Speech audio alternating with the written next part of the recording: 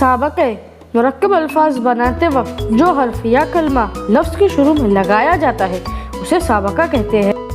सरफराज, सरंजाम, सरे बाजार, सर बुलंद, सरबराह, सरपरस्त, सरबसर, सरताबी, सरकूबी, सरबकफ, सरे हश्र, सरताज, सरचश्मा, सरहद, सरदार, सरे राह, सरे दस्त,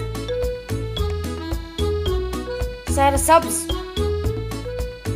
सरजनिश, सरकर्दा, सरशार,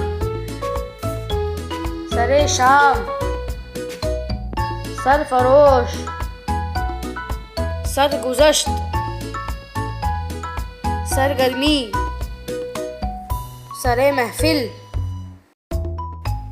सरकश, सरगिरोह, सरगोशी, सरे वरक, सरोकार,